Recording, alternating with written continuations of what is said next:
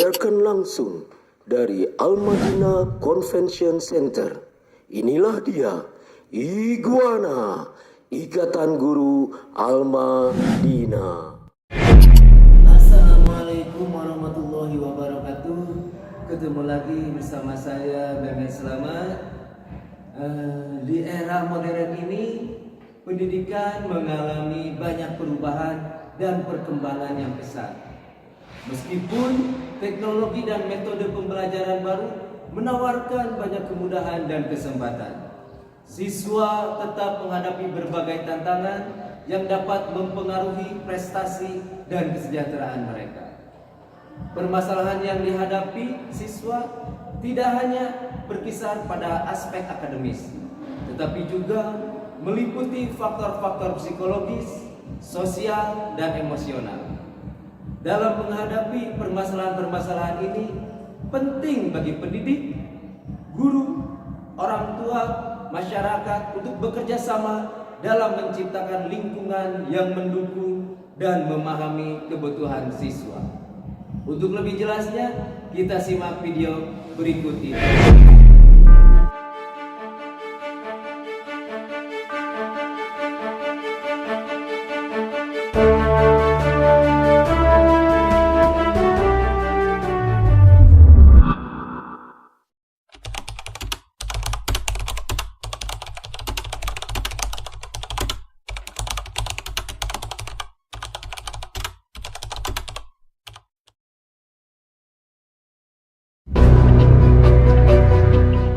Desi, tadi Bapak dengar dari wakil kesiswaan, kemarin kamu tawuran ya sama anak sekolah lain? Ya, benar Pak. Sehabisnya saya sering dipalak sama sekolah lain. Oh begitu. Kamu wajarlah marah dan kesal. Jika Bapak seperti kamu, Bapak juga pasti akan melakukan hal yang sama. Iya Pak. Lalu, apa yang kamu lakukan terhadap anak sekolah lain itu? Saya serang mereka Pak. Lalu mereka sampai mereka ditampun. Oh begitu. Pasti kamu berbuat seperti itu ada alasannya ya? Ya Pak, masa saya diam saja ketika saya dipalak? Ya wajarlah, kamu merasa kesal karena tidak rela kamu dipalak. Bapak sangat menghargai tindakan kamu yang tidak berbuat lebih buruk daripada itu. Misalnya memukul. Sekarang coba kita pikirkan, apakah tindakan kamu sesuai dengan keyakinan sekolah kita? Tidak Pak. Menurut kamu, keyakinan sekolah apa yang telah dilanggar? Saling menghormati Pak. Ya, betul. Menurut kamu, saling menghormati antar sesama itu penting nggak buat kamu? Penting banget Pak. Kalau menurut kamu itu penting, jadi keyakinan apa yang harus kamu lakukan saat kamu sedang kesal ataupun marah? Harus bersabar Pak. Kamu bersedia memperbaiki masalah ini? Bersedia Pak. Apa yang akan kamu lakukan untuk memperbaiki masalah ini? Saya akan lebih bersabar, meminta maaf secara langsung kepada anak-anak dari sekolah lain. Dan jika terjadi lagi pemalakan, saya akan melaporkan langsung kepada pihak sekolah. Ya, tepat sekali. Tetap semangat ya. Sekarang silakan kembali ke kelas. Terima kasih Pak. Sama-sama.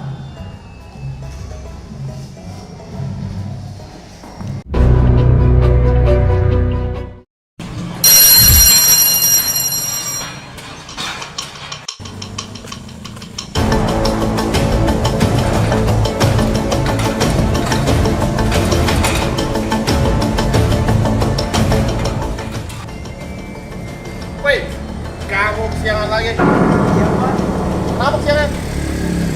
Bantuin dulu orang tua jualan kue pasar di pasar Pak. Banyak alasan kamu. Ayo masuk. Kenapa lewat situ?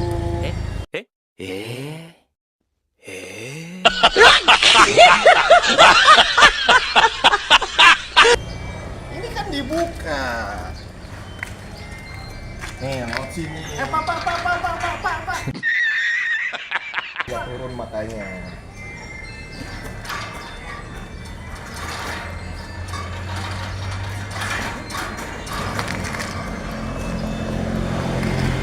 What's up? 2,000 years later.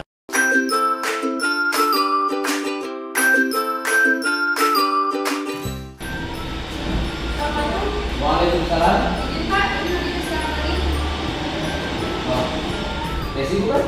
Ya Pak. Bukannya kemarin kamu yang tabrak? Ya betul Pak. Sekarang alhamdulillah mendapat jadi pekerjaan. Masya Allah. Bagus. Oh my god! Wow! Hari, silakan dulu. Terima kasih Bu Desi, silakan bekerja Ya, kembali. Mas Pak. Adi, tadi Bapak dengar dari guru piket, kamu sering datang terlambat ya? Iya Pak, Sudah berapa kali kamu datang terlambat? sudah 3 kali Pak. Datang terlambat itu suatu kesalahan bukan? Iya Pak. Baik, Adi, berbuat kesalahan itu manusiawi. Yang terpenting kita belajar dari kesalahan tersebut dan berusaha untuk memperbaikinya. Setuju? Setuju Pak. Baik, kita cari solusinya bersama ya. Iya Pak. Kamu sering datang terlambat, pasti ada alasannya. Alasannya apa sih? Sebelum berangkat ke sekolah saya harus bantu orang tua berjualan kue basah di pasar Pak. Masya Allah, kamu anak baik banget, rajin membantu orang tua. Jarang loh ada anak yang mau bantuin orang tua berjualan.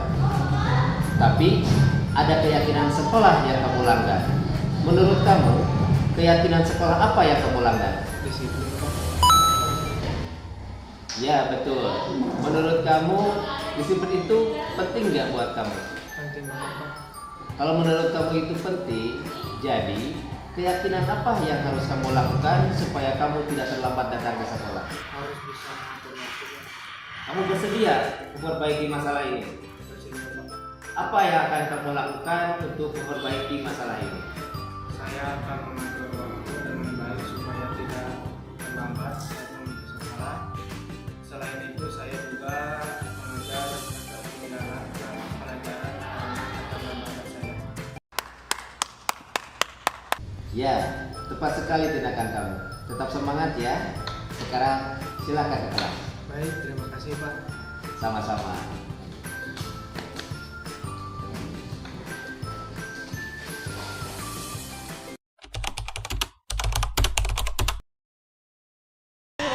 Perkenalkan, nama saya Desi Rahmawati. Saya siswi dari SMK Al-Madinah Boarding School Cianjur. Terima kasih Pak Mehmet atas diskusinya sehingga saya bisa lebih termotivasi dan bisa menjadi lebih baik lagi. Assalamualaikum warahmatullahi wabarakatuh. Saya Adi Purnama dari siswa SMK Al-Madinah Boarding School Cianjur. Saya berterima kasih kepada Bapak Mehmet yang sudah mengajak saya berdiskusi sehingga saya bisa disiplin dan tepat waktu masuk sekolah. Dari video barusan kita bisa melihat ada 2 orang anak yang bermasalah.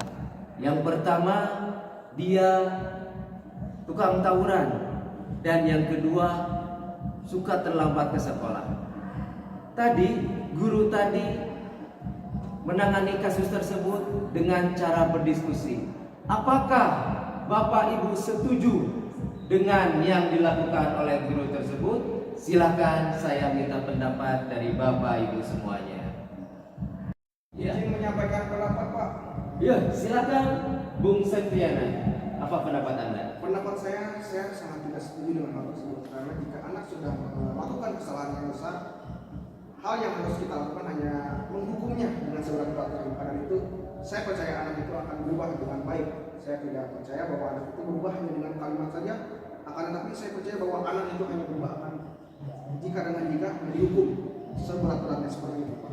Oh, jadi Bung Septiana tidak setuju dengan yang dilakukan oleh guru tadi yang menangani kasus hanya dengan obrolan, hanya dengan diskusi. Pak Septiana lebih setuju jika anak tersebut dihukum seberat-beratnya supaya ada efek jerak. Seperti itu. Betul sekali. Ada yang pendapat dari yang lain? Silakan. Silakan Mbak Asri. Ya. Oke, baik Pak, saya ingin menyampaikan pendapat saya bahwasanya saya tidak setuju ya dengan Bapak Septian yang di sebelah sana bahwa anak itu harus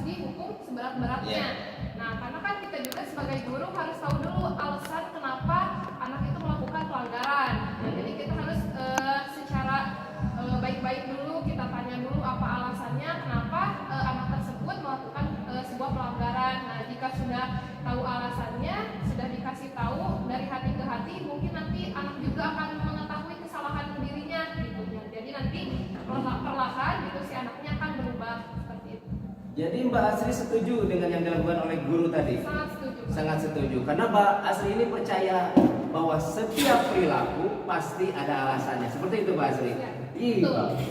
Gimana Pak Syatiana? Tadi Mbak Asri tidak setuju dengan Pak Syatiana. Oh, Interupsi. silakan Mbak Tuti. Oke, maaf ya Mbak Asri. Menurut saya, karena tadi kan tindakannya itu sudah tindakannya sangat ini sangat apa ya? Sudah di luar batas, karena tadi tawuran kan. Kalau tawuran itu pelanggarannya sudah melebihi, kalau misalnya di poin mungkin udah 50 lah poinnya. Ya.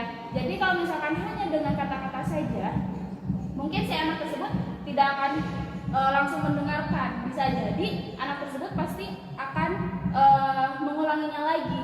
Jadi menurut saya itu tidak perlu tidak untuk hanya dibicarakan saja, tapi harus benar-benar ada hukumannya. Biar dia jerak juga. Ketika ada hukuman, dia jerak, mungkin tidak akan mengulanginya lagi. Gitu. Terima kasih Mbak Tuti. Jadi ini Pak Syatiana dan Mbak Tuti ini sama-sama ingin sekali bahwa anak tersebut harus dihukum seberat-beratnya supaya ada efek jerah ya. Tapi Mbak Asri ini punya pendapat yang lain bahwa hanya dengan diskusi kita harus tahu dulu alasan apa dibalik siswa itu melakukan hal-hal yang tidak seharusnya dilakukan. Mungkin ada yang pendapat dari yang lain? Oh silakan Mbak Ayu, silakan Mbak Ayu. Izin ya untuk Bapak sama Ibu tadi, izin menanggapi. Menurut saya memang seorang anak tersebut tuh melakukan kesalahan, tapi aku lebih baiknya kita melakukan studi kasus terlebih dahulu. Jadi melakukan obrolan terlebih dahulu, kayak obrolan lebih panjang mengapa anak tersebut tuh melakukan hal tersebut. Jadi kalau langsung dihukum, alangkah lebih baiknya tidak terlalu efektif ya kalau langsung dihukum. Jadi anak tuh hanya cuma dapat efek jerah karena hukuman saja, tapi mungkin untuk kasusnya tidak mendapatkan obrolan lagi gitu untuk lebih jelasnya. Jadi hanya hukuman saja karena itu tidak efektif. Jadi menurut Mbak Ayu sebelum dihukum seharusnya ada studi kasus dulu. Ditanya dulu alasannya apa, terus mengapa melakukan hal tersebut, pasti ada alasannya. Oh pasti tadi hampir sama Mbak Asri mungkin ya. Mbak Ayu setuju dengan yang dilakukan oleh guru yang tadi? Setuju. Nah saya mau tanya ya sebelum saya ke yang lain, saya mau tanya ke Pak Septiana. Jika anak tersebut dihukum seberat-beratnya, anak tersebut akan pasti nurut tidak? Ya, saya percaya pasti akan masuk nurut. Apakah nurutnya itu atau patuhnya itu permanen atau hanya sementara menurut Pak Septiana? Menurut saya permanen Pak. Permanen. Dia akan berubah menjadi lebih baik. Betul sekali Pak. Permanen. Tidak ada efek dendam. Saya rasa tidak akan ada pengaruh jika anaknya itu berpikiran positif Pak. Berpikiran positif. Gimana caranya supaya Pak Septiana bisa membuat si anak tersebut bisa berpikiran positif? Kita tanya dulu kenapa mungkin apa namanya?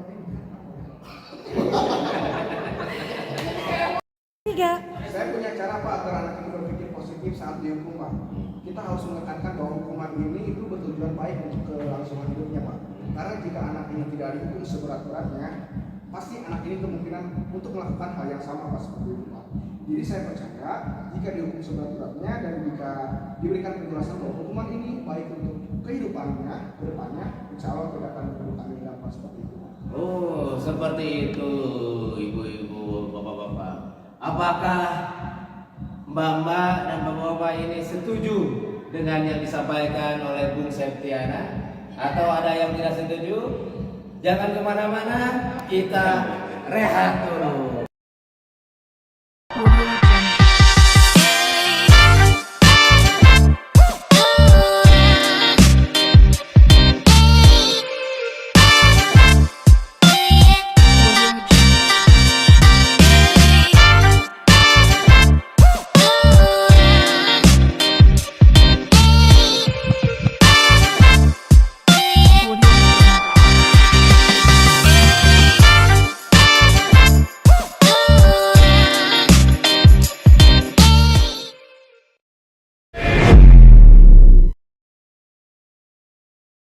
Kita kembali lagi dalam kondisi yang sangat memanas ini. Kita Tadi pertanyaannya itu apakah Mbak dan Bung ini setuju dengan yang dipaparkan oleh Bung Septiara? Silakan, ada yang mau menanggapinya? Oh, silakan, Mbak Rizka, silakan. Menurut saya pendapat Kak Septiana betul karena anak ketika tidak dihukum itu akan mengulangi lagi. Jadi ketika dihukum anak itu akan jerah dan akan merasakan ketakutan ketika dihukum. Jadi anak itu tidak akan mengulangi lagi. Oh, jadi tetap harus ada hukuman yang sangat apa ya? Sangat apa ya? Yang bisa membuat jerah gitu. Ada yang lain yang mau menanggapinya lagi?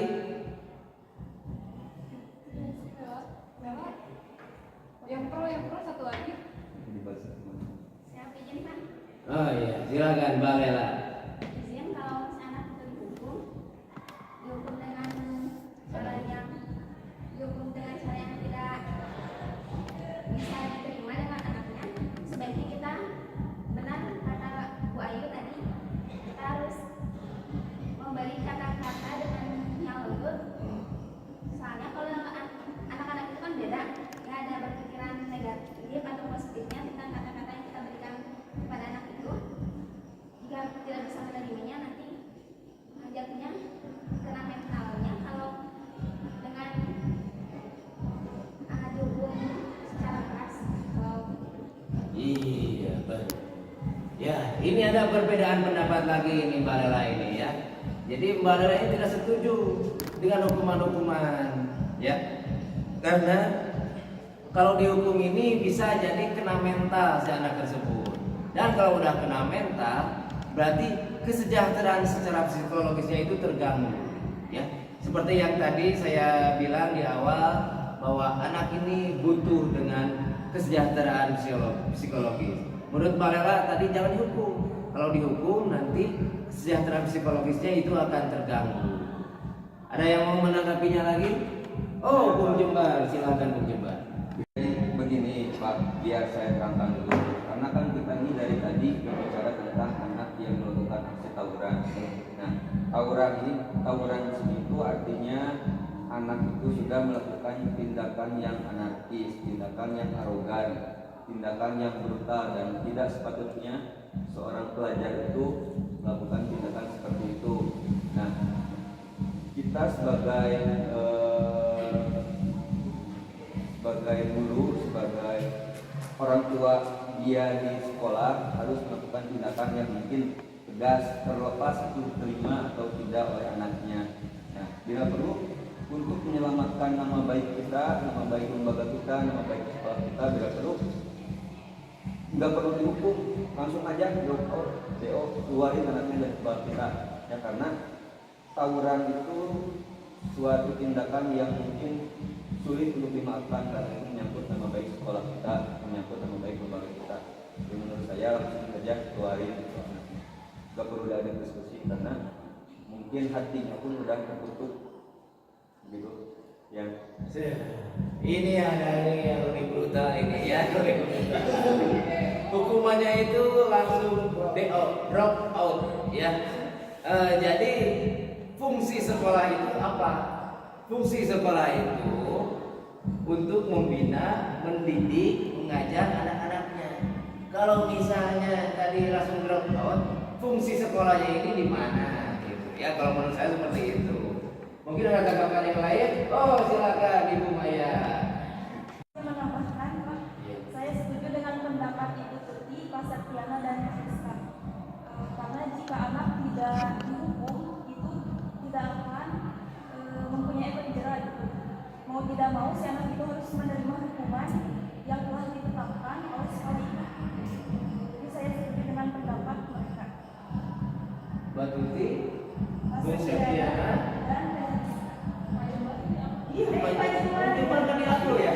Wah, tadi sama Mbak ini ya, sama pendapatnya, sama tadi. Nah, ini gimana ini? Izin? Iya, boleh, Mbak Ayu. Izin ya Bapak Ibu,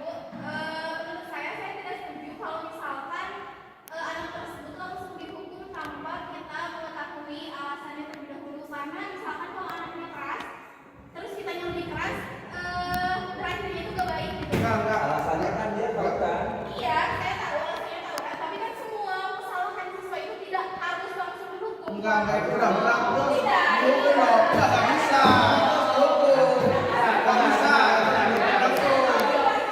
Nggak bisa. Benar. Kita rehat dulu.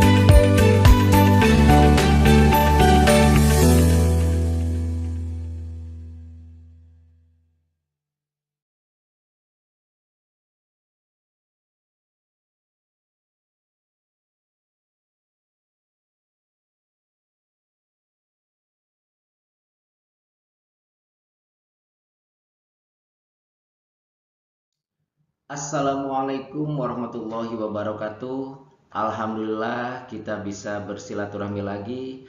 Pada kesempatan kali ini saya ingin menyebarkan pemahaman dan penerapan pengalaman budaya positif.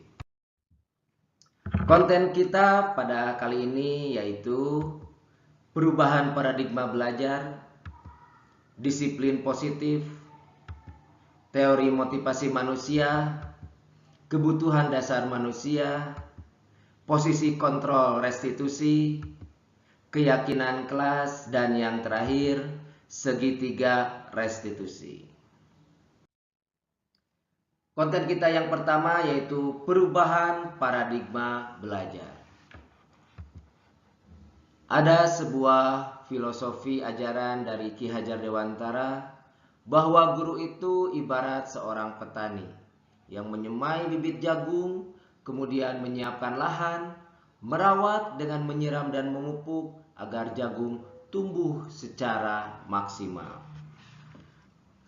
Seorang guru diibaratkan seorang petani, mengandung maksud seorang guru mengusahakan kelas atau sekolah menjadi lingkungan yang menyenangkan, menjaga dan melindungi agar karakter murid tumbuh dengan baik sesuai dengan kodratnya.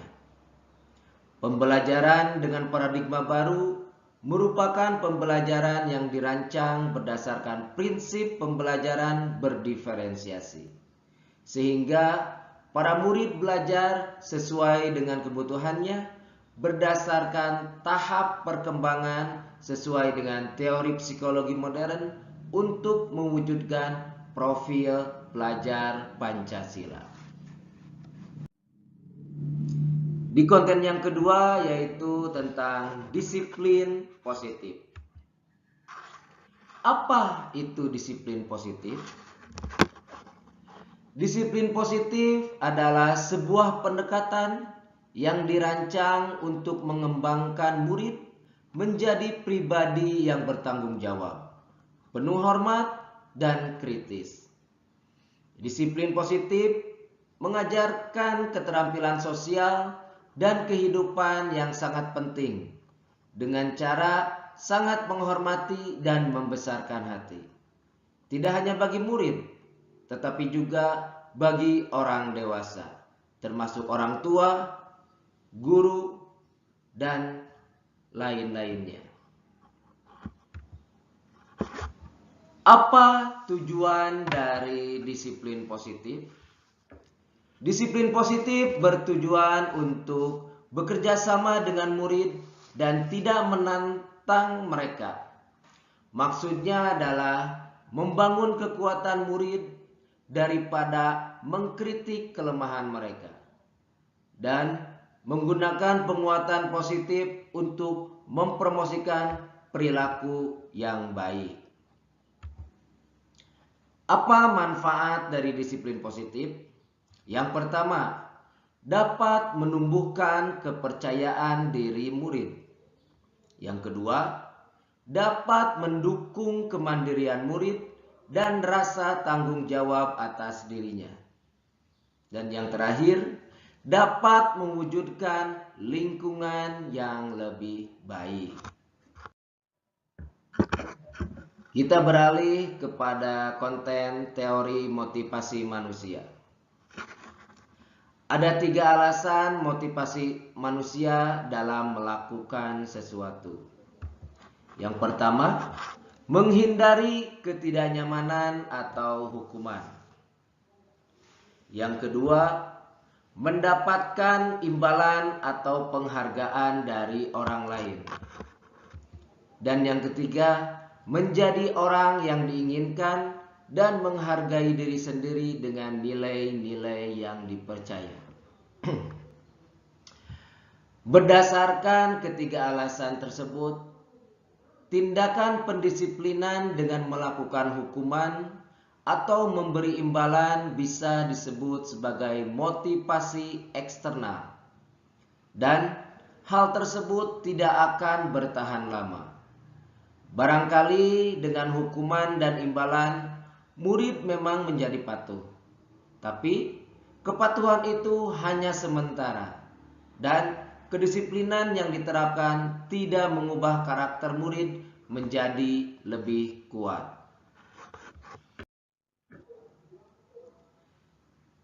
Berdasarkan beberapa penelitian tentang teori kontrol, semua perilaku manusia pasti memiliki tujuan. Bahkan sebuah kesalahan pun yang dilakukan murid pasti memiliki alasan. Alasannya itu yaitu pemenuhan kebutuhan dasar manusia. Di sini ada 5 kebutuhan dasar manusia. Yang pertama, kebutuhan bertahan hidup. Yang kedua, kebutuhan cinta dan kasih sayang. Yang ketiga, kebutuhan akan penguasaan. Yang keempat, kebutuhan kebebasan. Dan yang terakhir, kebutuhan akan kesenangan.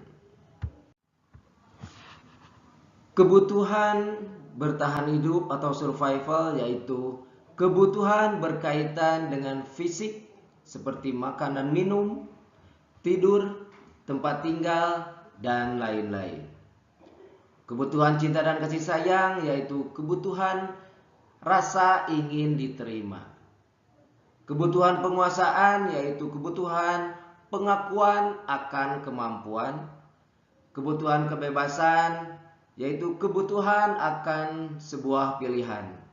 Kebutuhan akan kesenangan yaitu ketika melakukan sesuatu karena atas dasar senang saja.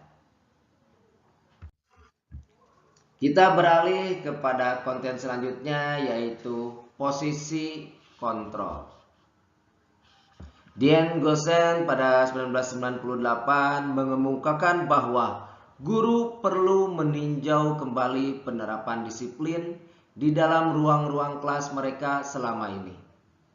Apakah telah efektif? Apakah berpusat, memerdekakan, dan memandirikan murid? Bagaimana dan mengapa? Berdasarkan teori motivasi tadi, penerapan disiplin di sekolah harus dilakukan dengan alasan yang ketiga. Murid melakukan kebaikan sesuai dengan keyakinan kelas atau nilai-nilai yang sudah tertanam dalam dirinya, atau motivasi internal. Motivasi internal lebih berjangka lama dan membuat murid makin kuat secara karakter. Melalui serangkaian riset dan berdasarkan pada teori kontrol, Dr. William Glasser Gossen berkesimpulan ada 5 posisi kontrol yang diterapkan seorang guru, orang tua, ataupun atasan dalam melakukan kontrol.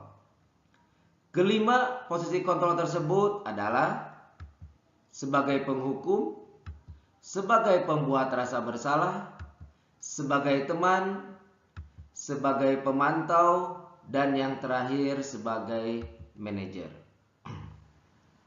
Untuk lebih jelasnya, mari kita simak tayangan video contoh dari 5 posisi kontrol tersebut.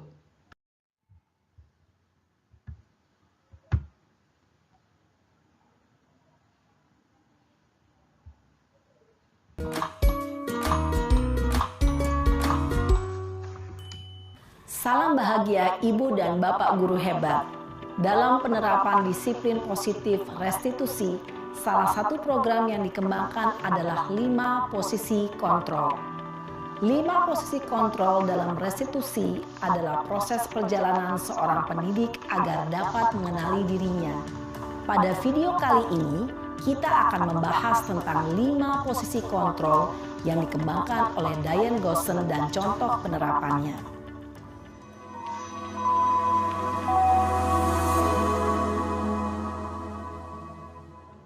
5 posisi kontrol itu adalah 1. Posisi penghukum.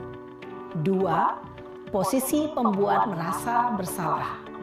3. Posisi teman. 4. Posisi pemantau atau monitor. Dan 5. Posisi manajer.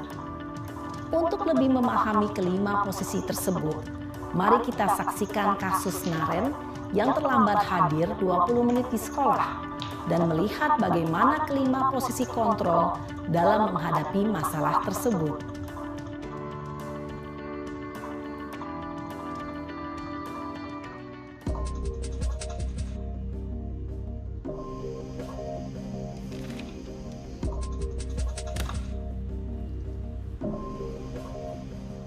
Naren!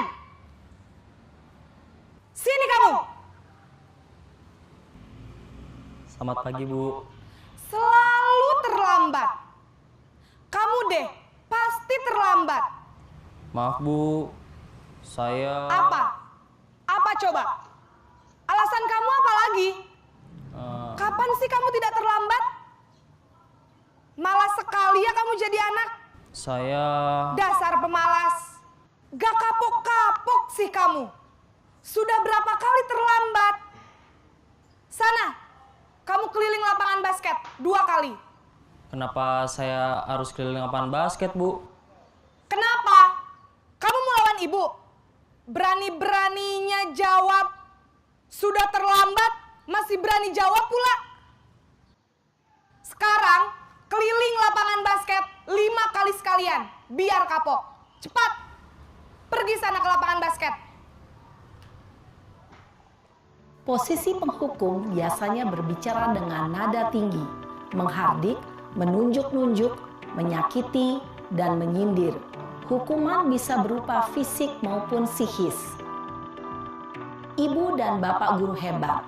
Dampak yang terjadi pada murid ketika guru berada pada posisi penghukum adalah murid cenderung akan memberontak, bahkan menyimpan dendam.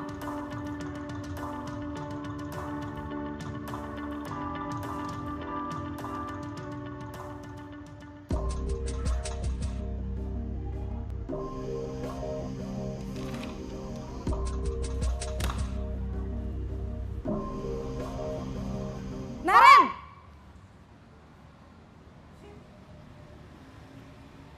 Selamat pagi, Bu. Naren. Kamu kenapa terlambat lagi, nak? Ya Tuhan, Naren. Kamu senang ya bikin ibu susah ya? Kalau kamu terlambat lagi, nanti ibu yang ditegur bapak kepala sekolah, nak. Disangka ibu tidak bisa membina kamu. Duh, gimana ini? Maaf, Bu. Duh, Gusti Naren. Kamu suka ya kalau ibu ditegur bapak kepala sekolah? Terus, sekarang ibu harus tulis apa ini di buku absen? Ini kamu sudah sering terlambat loh. Ibu harus apa coba? Maaf, Bu. Maaf sekali. Ya sudah, lain kali jangan bikin ibu susah lagi ya, nak ya. Ibu tidak akan kuat lagi kalau kamu begini terus. Bisa jantungan kalau ibu ditegur bapak kepala sekolah. Sana cepat ke kelas. Maaf ya, Bu. Maaf sekali. Posisi pembuat rasa bersalah berbicara dengan nada tenang, cenderung lembut. Namun kata-kata yang diutarakan membuat murid merasa menjadi orang yang gagal. Memandang buruk dirinya sendiri, merasa tidak berharga, dan tidak sanggup membahagiakan orang lain. Ketika guru mengambil posisi pembuat rasa bersalah, murid akan menganggap dirinya yang bersalah dan ia akan menyimpan emosi negatif tersebut di dalam dirinya.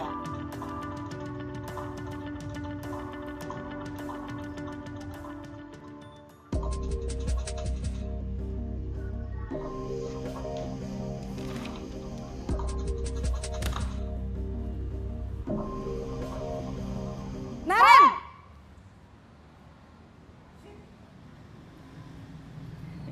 Selamat pagi, Bu. Wah, sudah jam berapa ini, nak? Terlambat lagi ya, sayang? Iya, Bu.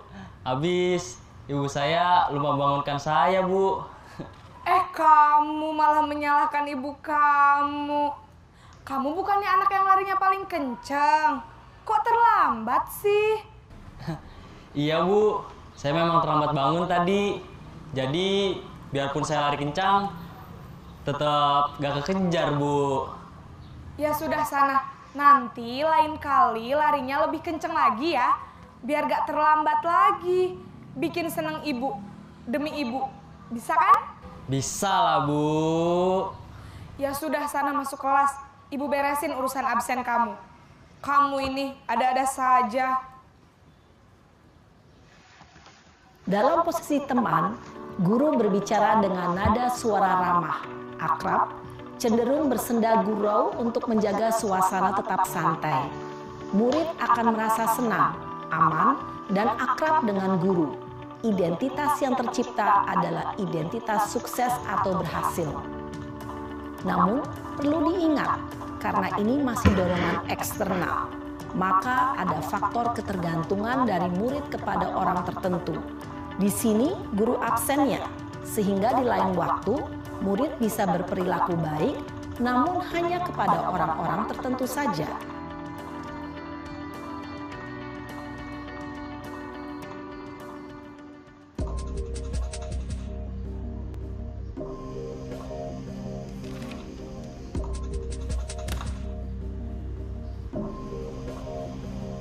Naren!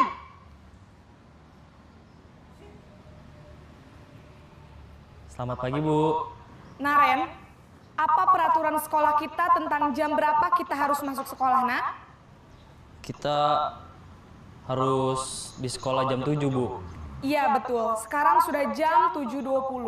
Naren sudah tahu konsekuensinya jika terlambat hadir. Paham, Bu.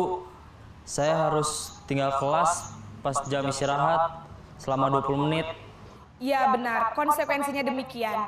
Jadi nanti jam 9.30 pas istirahat, kamu harus tinggal di kelas, kerjakan tugas tambahan untuk ketertinggalan kamu, ya? Baik, Bu. Posisi pemantau mengandalkan penghitungan atau data untuk mengontrol murid. Guru mengarahkan murid berdasarkan peraturan dan konsekuensi. Seorang pemantau menunjukkan bahasa tubuh dan ekspresi wajah yang datar dan cenderung formal.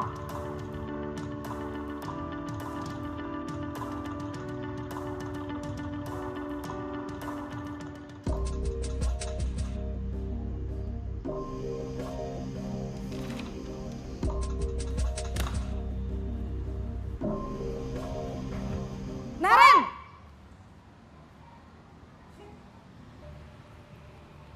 Selamat pagi, Bu. Selamat pagi, Naren. Maaf, Bu. Saya terlambat. Iya, sekolah masuknya jam 7, sekarang sudah jam 7.20. Jadi sekarang bagaimana ini, Naren? Maaf, Bu. Saya lupa setel alarm saya semalam. Baiklah, menurut kamu, keyakinan sekolah yang mana yang perlu kamu tingkatkan? Menghargai diri sendiri dan orang lain mungkin ya, Bu. Setuju. Jadi, apakah Naren meyakini prinsip saling menghormati tersebut? Iya, Bu. Saya meyakininya. Apakah Naren bersedia memperbaiki masalah keterlambatan ini? Bersedia, Bu. Bagaimana kamu akan perbaiki masalah keterlambatan ini? Saya akan coba untuk tidak lupa menyetel alarm saya, Bu. Baik, kalau Naren lupa menyetel alarm di rumah, ada orang yang kira-kira bisa bantu mengingatkan tidak? Ada, Bu. Kakak saya, Kak Emma. Ada lagi selain Kak Emma? Selain Kak Emma, ada ibu saya. Baik, jadi yang mengingatkan Naren adalah Kak Emma dan ibu kamu ya? Kira-kira akan mulai setel alarm kapan nih, Naren? Setelah pulang sekolah, akan segera saya lakukan.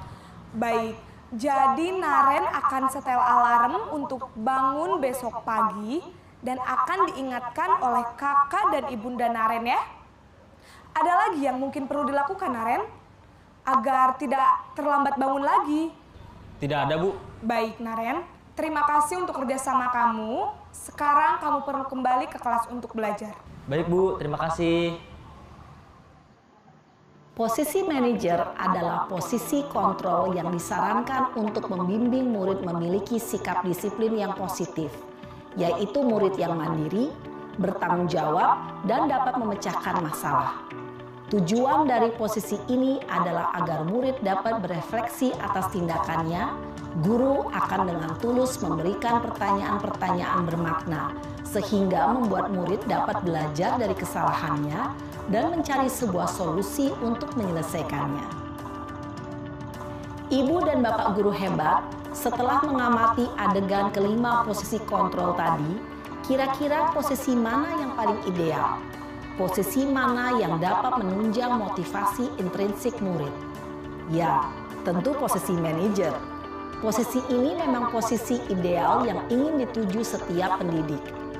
Pada posisi inilah guru dapat menerapkan disiplin positif yang berpihak pada murid, yang memerdekakan murid.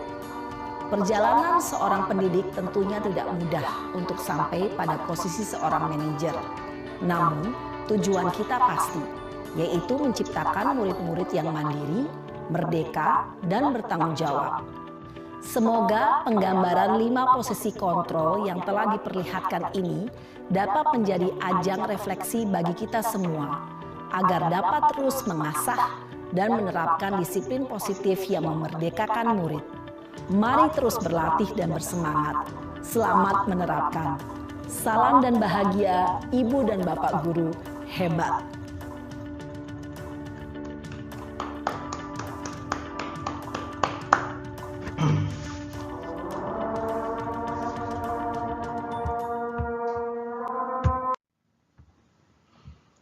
Dari video tersebut, posisi kontrol yang terbaik adalah posisi seorang manajer.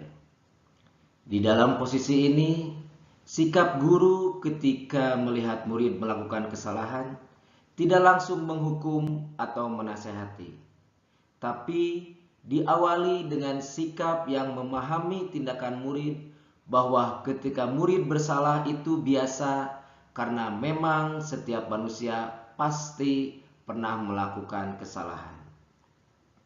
Selanjutnya, guru juga mencoba memahami alasan atau kebutuhan dasar apa yang ingin dipenuhi murid dengan perilakunya tersebut. Selanjutnya, murid diingatkan tentang keyakinan kelas dan dipancing dengan pertanyaan tentang bagaimana seharusnya sikap mereka menurut keyakinan kelas. Dan jawabannya datang dari murid itu sendiri. Kemudian baru ditanyakan solusi terbaik menurut murid tersebut yang berdasarkan keyakinan tadi. Saat melakukan restitusi, seorang manajer tentu tidak bersikap emosional, tidak juga merasa bahwa dia yang benar dan murid harus mengikuti aturan dia.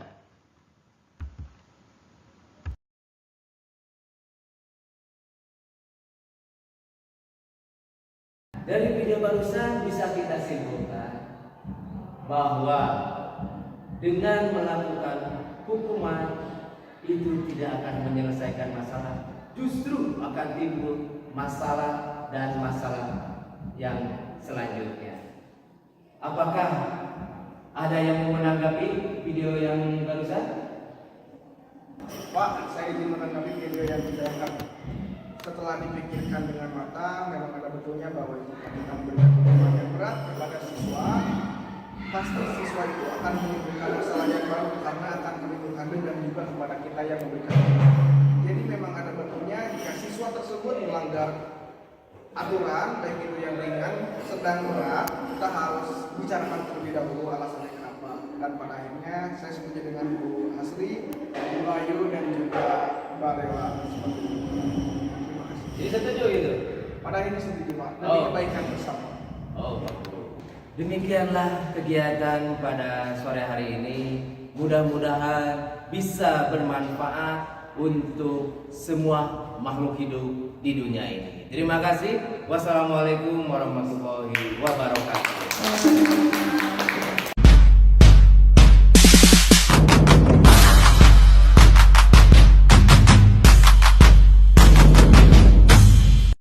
Bismillahirrahmanirrahim. Saya menanggapi terkait permasalahan yang kemarin karena memang pada hakikatnya seorang anak itu memang harus diberitahukan terlebih dahulu bahwa apa yang sudah dilakukannya itu tidak baik dan tidak bijaksana. Maka dari itu kita sebagai pendidik memang seharusnya tidak langsung menghukumnya terlebih dahulu, akan tetapi memberikannya pengarahan terlebih dahulu bahwa perbuatan-perbuatan yang telah dilakukan itu tidak bijaksana sama sekali. Maka dari itu sebagai pendidik kita memang harus memberitahukan bahwa bagaimana menjadi insan yang bijaksana dengan mematuhi aturan sekolah, dengan menghargai perbedaan, dengan bersikap sabar dan menanggapi apapun itu yang terjadi yang tidak sesuai dengan prinsip hidup kita, tidak boleh disampaikan dengan cara yang anarkis.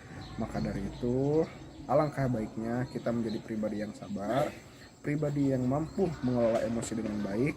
Dengan begitu, insya Allah kita sebagai pendidik juga akan merasa senang jika melihat anak didiknya berubah menjadi lebih baik seperti itu. Maka dari itu memang kemarin itu tidak tepat bahwa seorang siswa ataupun siswi yang melakukan pelanggaran berat, sedang, ringan tidak boleh langsung dihukum, akan tetapi langsung kita beri arahan terlebih dahulu, kita ajak diskusi, kita tanyakan alasannya kenapa bisa terjadi demikian, karena kita tidak pernah tahu kehidupan sebelum di sekolahnya itu seperti apa. Bisa jadi anaknya itu kekurangan kasih sayang, bisa jadi anaknya itu mendapatkan luka yang amat begitu dalam, maka dari itu anaknya itu memperlihatkan sisi-sisi buruknya melalui tindakan-tindakan yang tidak bijaksana, entah itu di sekolah, di luar sekolah, seperti itu. Jadi jika ada siswa ataupun siswi yang bersikap demikian, kita harus memberitahu terlebih dahulu langkah-langkah seperti apa seharusnya untuk menanggapi sesuatu itu dengan cara yang lebih bijaksana.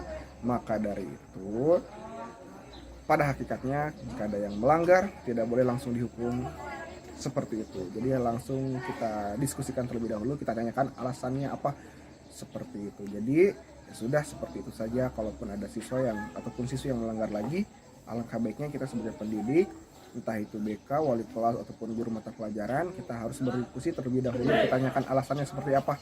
Dengan begitu insya Allah semuanya akan bersikap bijaksana dan menciptakan lingkungan yang indah dan damai seperti itu. Terima kasih. Oke, baik. Jadi pada awalnya saya setuju dengan adanya hukuman dalam membentuk disiplin pada siswa, karena pada saya ketika lihat video bahwa siswa tersebut sudah melakukan pelanggaran yang di luar batas, yaitu tawuran. Kemudian gurunya hanya hanya mengajak untuk diskusi saja, hanya mengajak untuk diwawancara saja.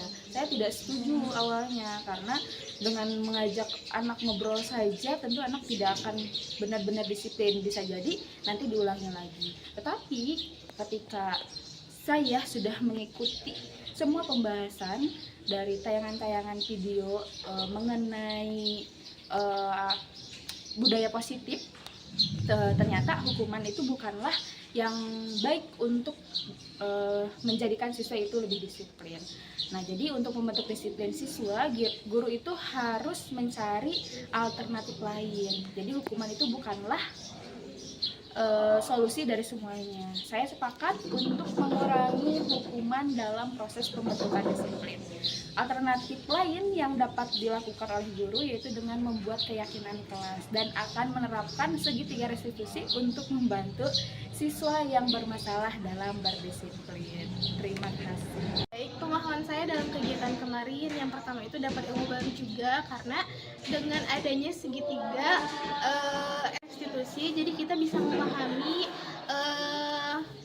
memahami siswa yang bermasalah tepatnya, agar kita itu bisa tidak langsung menghukumnya.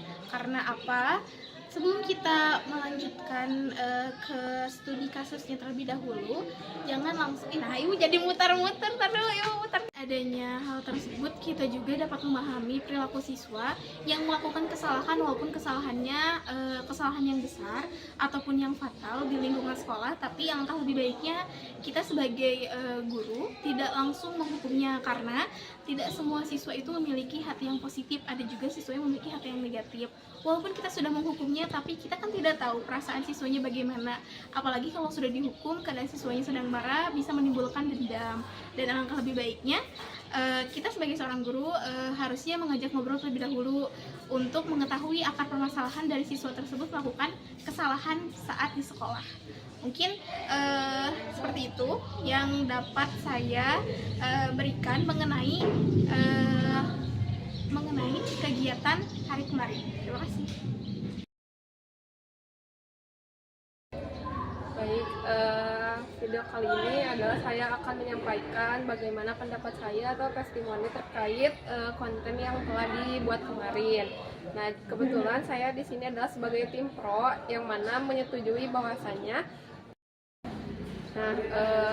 menegur atau menghukum siswa itu adalah ada baiknya kalau kita menggunakan yang namanya segitiga restitusi. Nah, yang mana yang pertama itu kita harus menanyakan dulu kepada siswa apa masalah yang mereka alami gitu. Lalu kemudian kita juga meyakinkan kepada mereka bahwasanya apa yang mereka lakukan itu adalah salah. Jadi kita bisa tahu apa alasan dari dia melakukan kesalahan tersebut. Nah, dan yang terakhir memvalidasi suatu masalah gitu. Jadi setelah kita tahu masalahnya apa, setelah kita tahu alasan dia melakukan hal tersebut, nah kita memvalidasi lah dari masalah tersebut gitu. Jadi si anak tidak merasa kalau dia itu terbebani atau misalkan merasa tertekan gitu karena kita tanya, tapi kita lebih ke menyayangi, terus menanyakan baik-baik apa permasalahannya dan juga bagaimana solusi untuk memecahkan suatu masalah seperti itu. Nah, jadi kita sebagai guru sebisa mungkin harus bisa menjadi seorang manajer gitu ya. Jadi jangan tiba-tiba menghukum anak tanpa tahu alasan dari si anak tersebut melakukan kesalahan, tapi sebaiknya kita menanyakan terlebih dahulu apa masalahnya, terus setelah kita tahu baru kita mencari solusi bareng-bareng untuk menyelesaikan masalahnya. Terima kasih. Ya, baik.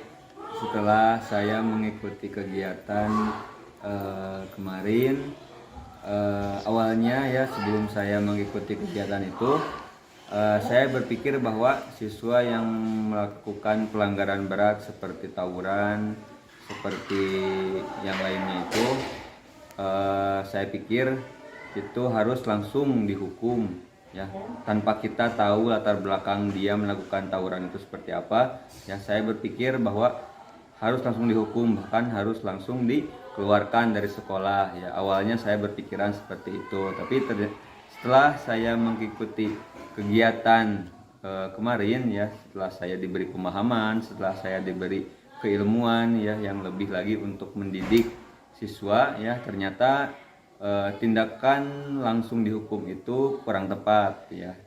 Jadi tindakan dengan diajak diskusi, dengan diajak ngobrol, dengan ditanya dulu itu cukup tepat menurut saya, karena kita mungkin harus tahu dulu latar belakang apa sesuatu yang melatar belakangi siswa ini melakukan ini ya, melakukan tindakan contohnya tadi tawuran ya. Kita harus tahu dulu apakah emang kurangnya didikan di rumahnya, atau misalnya dia gaulnya salah, mungkin pergaulannya salah.